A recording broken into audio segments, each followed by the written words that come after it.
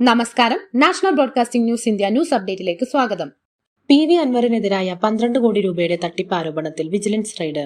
മലപ്പുറത്തെ Kerala financial corporate ഓഫീസിൽ vigilance raid നടത്തി. PV അൻവർ 12 കോടി രൂപയുടെ തട്ടിപ്പ് നടത്തിയെന്ന പരാതിയുടെ അടിസ്ഥാനത്തിലാണ് റെയ്ഡ്. ഉദ്യോഗസ്ഥരെ സ്വാധീനിച്ച് അൻവർ ലോൺ നേടിയെന്നാണ് ആരോപണം. ജൂലൈ 29-നാണ് ഇതു സംബന്ധിച്ച് വിജിലൻസ് കേസ് രജിസ്റ്റർ ചെയ്തത്. ജീവൻ ഭീഷണിയിൽ മഹാത്മാഗാന്ധിയുടെ കൊലപാതകം ആവർത്തിച്ചേക്കാം. രാഹുൽ ഗാന്ധി സവർക്കർ മാനനഷ്ട കേസ് പരിഗണിക്കുന്നതിനിടെയാണ് രാഹുൽ ഗാന്ധി പൂനെ കോടതിയിൽ തന്റെ ജീവൻ ഭീഷണിയിലാണെന്ന് അറിയിച്ചത്. മഹാത്മാഗാന്ധിയുടെ കൊലപാതകത്തിന് പിന്നിൽ ഒരു പ്രത്യയശാസ്ത്രത്തിന്റെ ഗൂഢാലോചനയാണെന്നും സമാനമായ കൊലപാതകങ്ങൾ ഇനിയും ആവർത്തിച്ചേക്കാമെന്നും രാഹുൽ ഗാന്ധി പറഞ്ഞു. തന്റെ സമീപകാല രാഷ്ട്രീയ പോരാട്ടങ്ങളും സത്യകി സവർക്കറുമായുള്ള തർക്കങ്ങളും കാരണം തനിക്ക് ഭീഷണിയുണ്ടെന്നും രാഹുൽ ഗാന്ധി കോടതിയെ അറിയിച്ചു.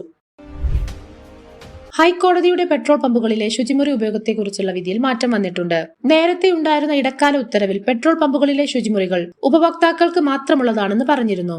എന്നാൽ പുതിയ വിധി പ്രകാരം ദേശീയപാതയോരങ്ങളിലെ പെട്രോൾ പമ്പുകളിലെ ശുചിമുറികൾ പൊതുജനങ്ങൾക്ക് എപ്പോൾ വേണമെങ്കിലും ഉപയോഗിക്കാം. സുരക്ഷാ പ്രശ്നങ്ങൾ ഉണ്ടെങ്കിൽ മാത്രമേ പ്രവേശനം തടയാവൂ എന്ന് കോടതി വ്യക്തമാക്കി. KSRTC ഈ മാസം 164 പുതിയ ബസ്സുകൾ പുറത്തിറങ്ങാൻ ഒരുങ്ങുകയാണ്. ഇതിൽ fast passenger, super fast, premium seater, sleeper, seater come sleeper തുടങ്ങിയ മോഡലുകൾ ഉൾപ്പെടുന്നു. മന്ത്രി KB ഗണേഷ് കുമാറിന്റെ മകനായ G ആദിത്യകൃഷ്ണനും സുഹൃത്ത് അമൽ ജോക്കിൻ സാലറ്റും ചേർന്നാണ് ഈ ബസ്സുകളുടെ ഡിസൈൻ തയ്യാറാക്കിയത്. പുഷ് ബാക്ക് ലെതർ സീറ്റുകൾ, ചാർജിംഗ് സൗകര്യം, TV, CCTV ക്യാമറ എന്നിവ ഈ ബസ്സുകളുടെ പ്രത്യേകതകളാണ്. കോഴിക്കോട് റെയിൽവേ ട്രാക്കിൽ വിദ്യാർത്ഥികളുടെ ഫോട്ടോഷൂട്ട് ആശങ്ക ഉയർത്തുന്നു. കോഴിക്കോട്ടെ തിരക്കേറിയ റെയിൽവേ ട്രാക്ക് പശ്ചാത്തലമാക്കി വിദ്യാർത്ഥികൾ ഫോട്ടോഷൂട്ട് നടത്തുന്നത് ആശങ്ക വർദ്ധിപ്പിക്കുന്നു. ഇത് തടയാൻ നാട്ടുകാർ ശ്രമിച്ചിട്ടും ഫോട്ടോഷൂട്ട് തുടരുന്നു. മുൻപ് പോലീസ്, റെയിൽവേ സംരക്ഷണ സേന എന്നിവർ വിലക്ക് ഏർപ്പെടുത്തിയിരുന്നെങ്കിലും അത് പാലിക്കപ്പെടുന്നില്ല. ഈ പ്രവണത വിദ്യാർത്ഥികളുടെ ജീവന് തന്നെ അപകടമുണ്ടാക്കാൻ സാധ്യതയുണ്ടെന്ന് സമീപത്തെ വ്യാപാരികൾ പറയുന്നു. ഉത്തർപ്രദേശിലെ ബൽറാംപൂർ ജില്ലയിൽ മൂകയും ബധിരയുമായ യുവതിയെ തട്ടിക്കൊണ്ടുപോയി കൂട്ടബലാത്സംഗം ചെയ്തു. തന്റെ അമ്മാവന്റെ വീട്ടിൽ നിന്ന് സ്വന്തം വീട്ടിലേക്ക് മടങ്ങുമ്പോഴാണ് യുവതി ആക്രമിക്കപ്പെട്ടത്.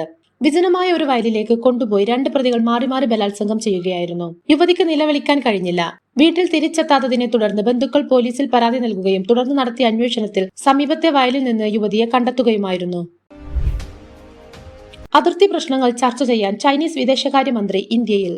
ചൈനീസ് വിദേശകാര്യമന്ത്രി വാങ് യി അതിർത്തി തർക്കങ്ങൾ ചർച്ച ചെയ്യാൻ ഇന്ത്യ സന്ദർശിക്കുന്നു. ദേശീയ സുരക്ഷാ ഉപദേഷ്ടാവ് അജിത് ഡോവലുമായി അദ്ദേഹം കൂടിക്കാഴ്ച നടത്തും. റഷ്യയിൽ നിന്ന് എണ്ണ വാങ്ങുന്നതുമായി ബന്ധപ്പെട്ട് US-യുമായി ഇന്ത്യയുടെ ബന്ധം വഷളായ പശ്ചാത്തലത്തിലാണ് ഈ സന്ദർശനം.